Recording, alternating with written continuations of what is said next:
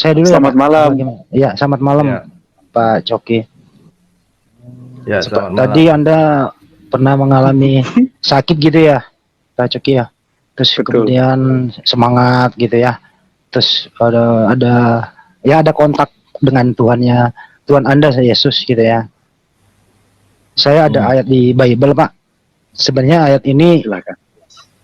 menurut beberapa teman-teman Kristen juga mengakui bahwa ini firman Tuhan, dan ada juga mengatakan bukan firman Tuhan. Seperti di Markus 16, 15, 18, Pak. Pergilah ke seluruh dunia, beritakanlah Injil ke segala makhluk gitu.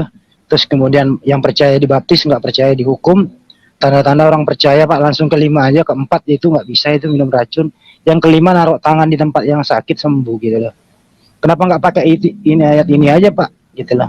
Maksud saya itu, taruh tangan di tempat badan Bapak di sakitnya di leher, Kak, taruh situ sembuh tuh, Pak. Kalau percaya Markus 16, 15, 18 itu. Nah, pertanyaan saya ini ayat Baik. perkataan Yesus yang bisa dipercaya apa enggak, itu aja. Makasih. Selamat malam. Tentu saja bisa, Pak Handi.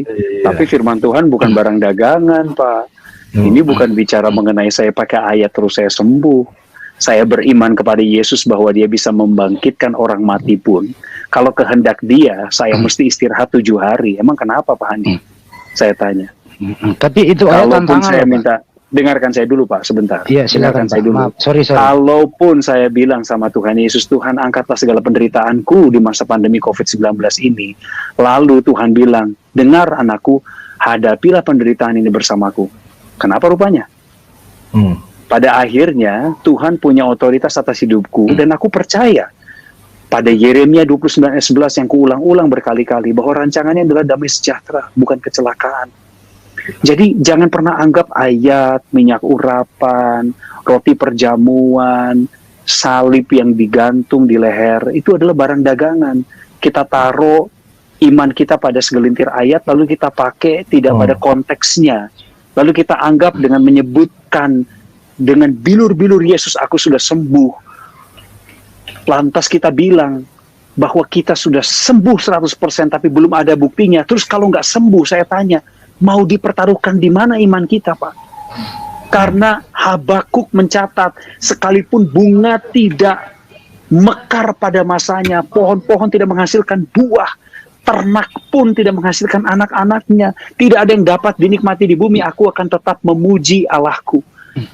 Tuhan bukan hanya sekedar memberikan kita berkat, Pak, tapi Tuhan juga memberikan kita kemampuan untuk melatih percaya kita kepadanya di saat jawaban doa kita belum diwujudkan.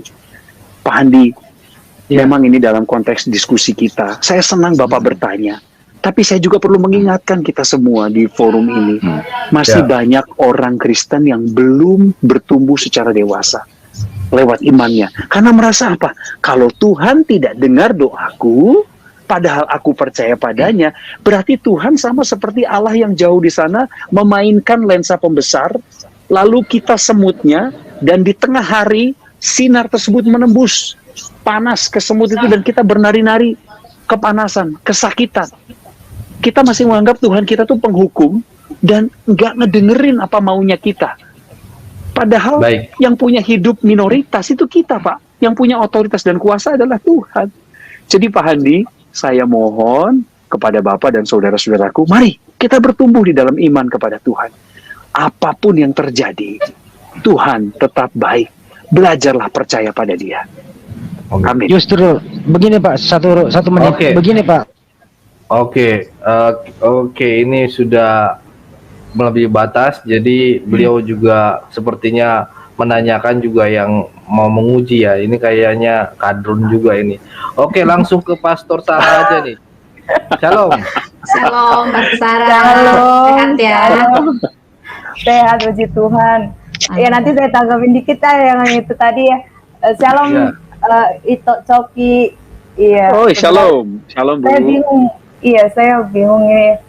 Maksudnya, aduh, mau bilang apa ya? Sebenarnya keluarga ya, baru kali ini kita ngobrol ya itu ya. Iya. Oh. Iya, adik saya itu suaminya dari Eda Emma Junita, kakak sepupunya, Papi Emily. Papi yang Emily. Di Pasar Jangkrik, iya. Pasar Jangkrik, dokter. Oke, Saya kakaknya. oke. Salam Iya. sekali lagi, salam Iya, hangat keluarga. dalam itu. Iya. Ini lagi di rumahnya Emil ini. Saya. Oh, salam Terjebak untuk PPKM. keluarga di sana. Iya. Anak-anak pada belajar. Iya, salam dari untuk tulang katanya tadi. Nah, ini saya ini ya sangat diberkati dengan kesaksiannya ya, walaupun pernah juga saya dengar waktu itu di channel yang lain apa gitu ya, tapi pernah kesaksian dan saya selalu diberkati. Nah, saya mau tanya nih, itu sakitnya nggak pernah kumat lagi kan ya? Enggak, saya udah disembuhkan secara total. Nah, puji Tuhan. Itu dia. Kalau memang Tuhan yang menyembuhkan itu bedanya ya. Mujizat itu yang disembuhkan Tuhan itu memang tidak pernah kembali lagi. Saya percaya itu. Kalaupun dan kembali saya nggak apa-apa, Bu. disembuhkan Karena lagi Tuhan gitu saya ya. tetap baik. Enggak, Iya, saya mau haleluya. sembuh mau enggak, Tuhan saya tetap baik, Bu. Amin. Yes, betul.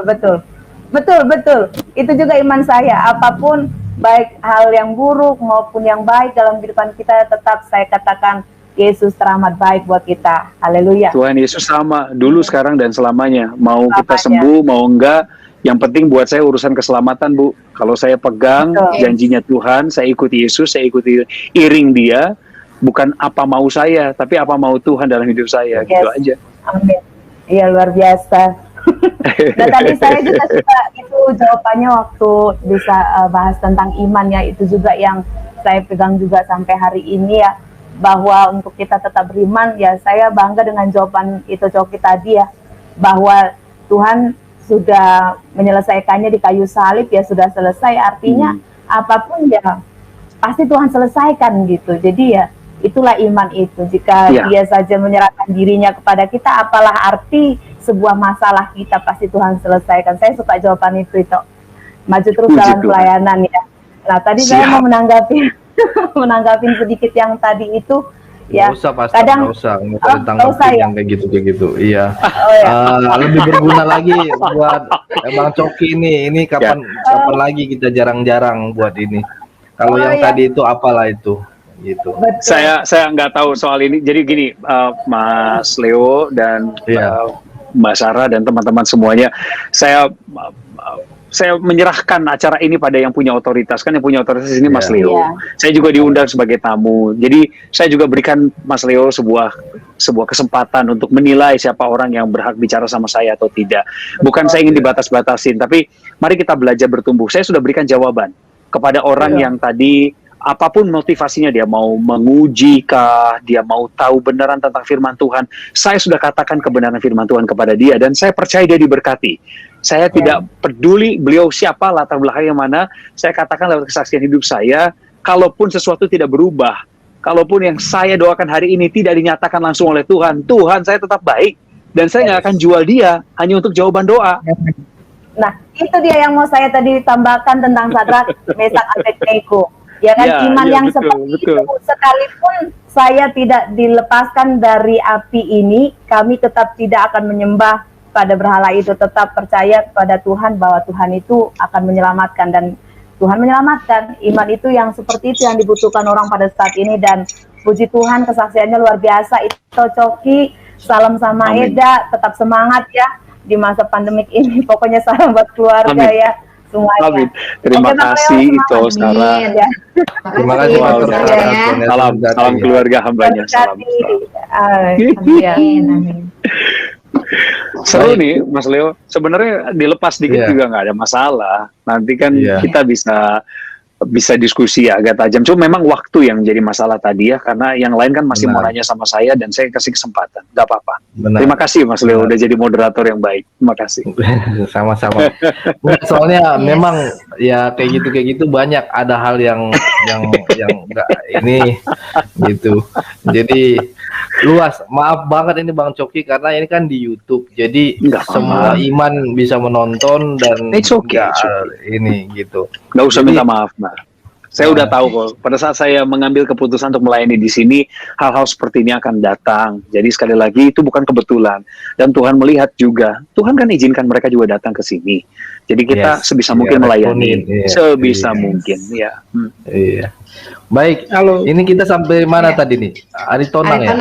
Aritonang, silakan. Aritonang, Ya. shalom. Aritonang. Ya, terima kasih udah diberi waktu ya buat Bang Leo. Ya, Ini sama-sama. gereja itu saya berharap untuk kedepannya seperti ini juga lagi untuk ngundang kayak Bang Coki gitu ya. Saya tadi sih nggak begitu nggak begitu teramat dengar gitu kesaksian Bang Coki gitu ya.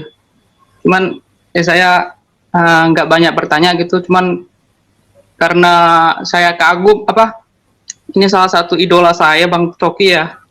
Oh. Terima kasih Lai Aritonang. Iya, Bang Coki kan kalau MC punya karakter yang ini ya bisa khusus mempunyai ciri khas gitu maksudnya. Terus Ya, terima kasih. Yes. ya, yang susah sulit dilupakan gitu maksudnya untuk ketika membawa MC gitu ya. Ya. Itu aja Bang Coki. Wow, Oke. saya dapat apresiasi yang besar dari Lai Aritonang malam ini. Saya berterima kasih sudah diingatkan bahwa saya punya talenta. Terima kasih. Iya. Ya. Terima kasih Bang Coki, Bang Jo. Ya, Aritonang Terima kasih, Pak dari mana Aritonang. nih asalnya? Di Medan juga? Enggak, Atau saya lagi di Bekasi sih sekarang. Oh, Bekasi. Oke, siap. Iya. Oke, terima kasih Bang Aritonang. Berkati Kita lanjut kemana Iya. nih, Vero? Karena kita Adam. nanti Sorry, Pak Triune Slayer ya. Silakan Pak Triune. silakan Pak. Akhirnya waktuku tiba. Ya, shalom untuk Shalom. saudara-saudara senegara kami, Bro Leo dan Bro Coki Ya. Sitohang. Wah, gua sering Shalom, nonton shalom. banyak Bro Coki ini emang panutan untuk untuk MC di Indonesia terutama. Lalu tanpa berpanjang lebar, mari kita langsung aja ke topik yang dibahas. Ini sangat menarik karena sesuatu yang memotivasi lalu menguatkan Bro Coki Sitohang ini adalah ayat Yeremia 29 ya. Iya, ayat 11. Ya betul. Ya. 11. Yeremia 29 ayat 11. Yeremia 29 ayat 11. Ini kan kalau kita ketahui secara bersama, ini kan ayatnya asalnya Tanakh, milik Yahudi ya. Milik Yahudi. Lalu kemudian kalau di keimanan kalian, itu menjadinya perjanjian lama. Nah, yang menarik di sini, di dalam dunia ini banyak sekali Tuhan. Contoh, ketika zaman Yesus itu ada Saturnus yang memberikan bulan Saturnalia sebulan. Orang-orang Yunani dan Romawi berdoa kepada berdoa kepada Saturnus, lalu kemudian mendapatkan kemakmuran juga. Lalu di India kita tidak lupa dengan Karnimata. Karnimata ini adalah dewa tikus, disembah juga. Kemudian mereka Arahnya juga mendapatkan Mas Triun keselamatan. ngomongnya kemana ini? Mas Ya, Triun kita ngomongin akan apa sebenarnya Yes, pertanyaannya?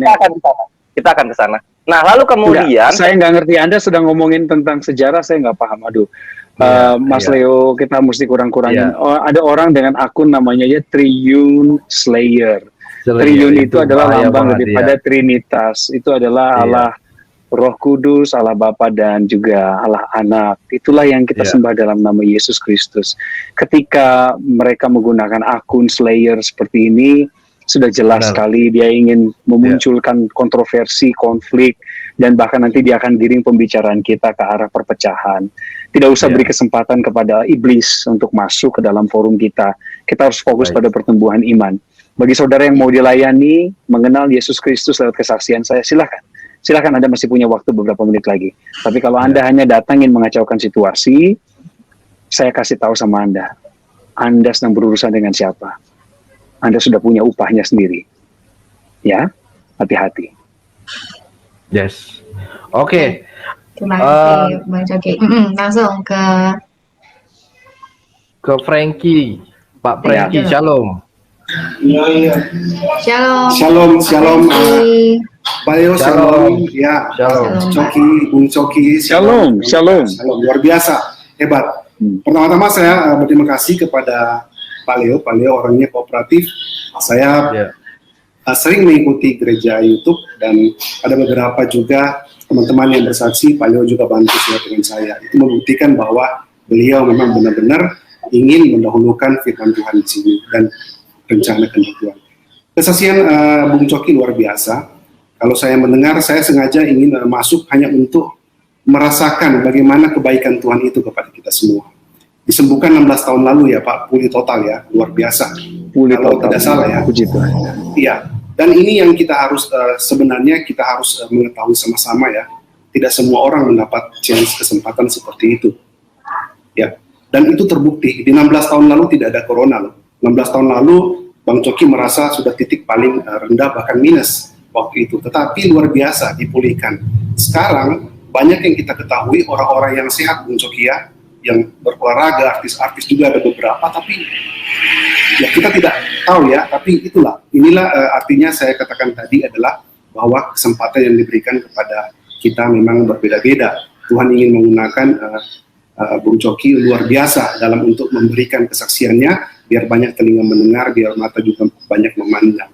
Seperti tadi yang telah dikatakan juga Ibu Vera kalau tidak salah, bahwa iman seperti Hadrak Abednego ya, dan Mesak luar biasa ya. Artinya meskipun Ibu Sarah yang bilang. Ibu Sarah, meskipun dalam hal ini tidak disembuhkan, tetapi percaya bahwa Tuhan Yesus itu baik. Nah, luar biasa kesaksiannya. Saya hanya ingin sedikit bertanya kepada Bung Coki. Kita kan concern sekarang dengan generasi muda, dengan generasi milenial. Sebenarnya generasi milenial nih. Kalau generasi yang kita nih ya, yang lahirnya di 70-an atau lahirnya di 60-an ke bawah, artinya kita sekarang lagi dengar-dengarnya nih YouTube, dengar-dengar Facebook, kita ingin banyak belajar mengetahui kebenaran firman Tuhan. Tetapi concern kita kepada anak muda ini, Bung Coki, boleh di-share dong, dikasih semacam solusi buat mereka, karena screen time-nya mereka itu sangat-sangat banyak terbuang di hal-hal seperti gadget, hal-hal kita tidak tahu mereka ngapain di sana. Tetapi bagi saya mungkin saya tidak menghakimi, tapi mungkin apakah hal-hal itu juga bisa memberikan pertumbuhan iman mereka yang baik untuk generasi sekarang. Nah, kalaupun ya sekarang kita sudah punya YouTube ya, semua orang bisa bikin channel gitu ya. Nah, apakah dari Bung Coki sendiri atau dari teman-teman artis yang merupakan public figure, dikenal banyak orang, apakah tidak berpikir untuk membuat seperti channel-channel yang khusus untuk rohani begitu? Selain untuk profesi juga, saya ngerti untuk profesi juga kan biar lebih general gitu ya. Tapi untuk secara apa gitu ya, karena menggiring anak-anak muda kita ini, pemuda-pemudi milenial ini, jangan sampai mereka ini malah jadi generasi yang tidak bisa kita andalkan di masa yang akan datang gitu ya. Karena so fragile saat ini kehidupan mereka, apalagi ditambah pandemi hampir setahun lebih di rumah Pak ya. Nah, tolong Pak diberikan sedikit nasihat apa yang sebaiknya mereka lakukan, apa yang sebaiknya mereka konsumsi di digital itu, apa yang sebenarnya yang mereka harus bikin seperti jadi semacam kekuatan, inspirasi agar mereka mau tergerak untuk seperti kita ini mau untuk saya paham seperti itu Bung Coki. Minta maaf sudah terlalu panjang pertanyaan saya. Terima kasih buat pertanyaannya. Satu waktu puji Tuhan saya juga bisa mengundang Bung Coki lewat izin Pak Leo ya, kita lihat saja semua atas izin Tuhan. Terima kasih Pak Leo, itu aja pertanyaan Pak Coki. Terima kasih Pak Frankie. Terima Thank kasih you. Pak Frankie. Ya, thank you. Sampai Pak Frankie, Kak. Amin. saya mohon izin berbagi.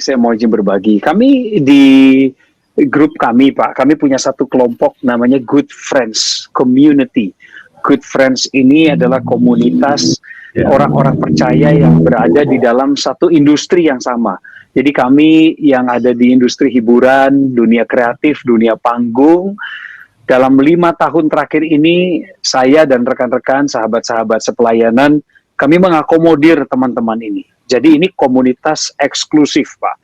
Orang yang bukan berasal di dunia hiburan, entertainment, atau dunia panggung, dunia kreatif, dunia produksi, nggak akan ada, Pak, di lingkungan ini. Gunanya kami membuat komunitas eksklusif adalah karena memang visi yang dari Tuhan untuk kami adalah melayani kelompok kami. Jadi melayani eksklusif itu tidak salah, Pak. Karena visi yang dititipkan oleh Tuhan kepada masing-masing kita untuk menggembalakan atau mengoptimalkan kelompok tertentu itu berbeda. Nah, kami punya satu eksklusif namanya Good Friends Community.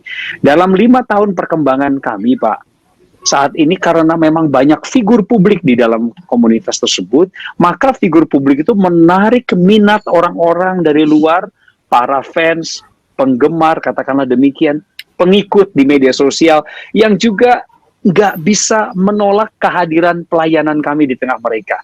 Sehingga Good Friends, komunitas kami tadi Pak, kami mulai mengembangkan diri pada tahap tertentu, membuka diri bagi dunia luar, dalam tanda petik dunia luarnya. Tujuannya apa? Menjangkau para pengikut media sosial kami untuk lebih mengenal kasih Kristus. Saya berbagi ini sama teman-teman semua karena Pak Franky tadi bertanya, apa sih yang dilakukan oleh figur publik seperti kami di dalam melayani bangsa dan negara? Saya cerita tadi bagian kecilnya saja, Pak. Tetapi nasihat kami untuk generasi muda, termasuk diri kami, Pak. Ketika kami menyampaikan nasihat ini, sebenarnya pedang bermata dua lagi berlaku buat saya dan teman-teman juga. Yang pertama adalah kita mesti mengenali karakter daripada bangsa kita, bangsa Indonesia. Kita ini bangsa yang beragam ya Pak ya, kita setuju hal itu. Dan kita lahir daripada lingkungan yang tatanannya berbeda, tantangannya berbeda. Tadi tatanan, yang kedua tantangannya berbeda. Kemudian latar belakang sosioekonomi, itu semua pasti berbeda. Pertama, kenali dulu karakter bangsa kita. Kalau sulit mengenali karakter bangsa secara umum, kenali kelompok paling kecilnya. Untuk anak muda, kenali dari mana kamu berasal. Itu yang pertama. Yang kedua, mencari tujuan hidup selalu lebih sulit daripada menjalani keputusan hidup secara autopilot. Saya ulang sekali lagi, mencari dan menemukan tujuan hidup selalu lebih sulit daripada menjalankan kehidupan yang autopilot. Kenapa? Karena kalau kita menemukan tujuan hidup, begitu kita temukan tujuan hidup, maka hidup kita harusnya bergerak pada tujuan itu. Beda sama yang otomatis. Kayaknya hari ini berjalan ya segitu-segitu aja. Besok paling ngulang yang hari ini. Besoknya lagi, nggak akan sama. Nggak akan beda lah dengan yang kemarin. Makanya mencari tujuan hidup menjadi paling penting bagi generasi muda. Dan yang ketiga, generasi muda tidak mungkin dilepaskan dari teknologi. Kenapa? Daya belinya gampang, Pak. Orang-orang yang secara strata ekonomi saja tergolong kurang mampu, mereka bisa mendapatkan akses untuk membeli barang bekas supaya mereka bisa berkomunikasi dengan dunia luar. Jadi mustahil kita memisahkan diri dari dunia teknologi informasi. Tetapi tanggung jawab keluargalah, sekali lagi, tanggung jawab keluargalah untuk mengarahkan setiap anak di dalam rumah mereka untuk mengonsumsi apa yang tepat dan membuang apa yang tidak perlu. Sama seperti memberi makan anak-anak kita, Pak. Kita mau mereka sehat, kita mau mereka gembira. Tapi kalau kita pilih yang kedua, yaitu gembira, maka ada yang namanya junk food, ada yang namanya gula berlebih, ada yang namanya tepung yang tak terukur. Mereka gembira sih, Pak. Tapi itu bukan investasi yang baik untuk masa depan mereka.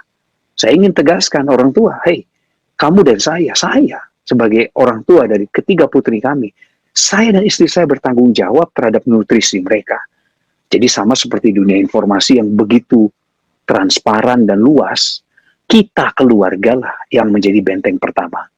Itu nasihat saya kepada kita semua, Pak, termasuk pengingat bagi kita. Terima kasih.